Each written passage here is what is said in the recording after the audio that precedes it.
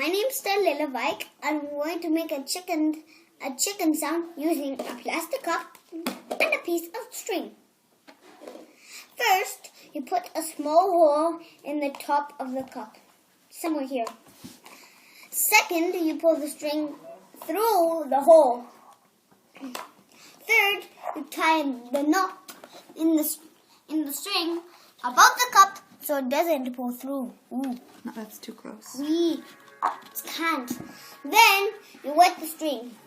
Now I'm going to pull on the string, making jerky motions, and create a chicken noise.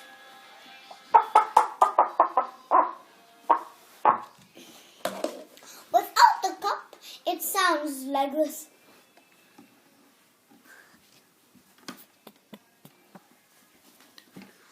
The cup amplifies the sound of my fingers rubbing down the string, which I'm going to demonstrate again.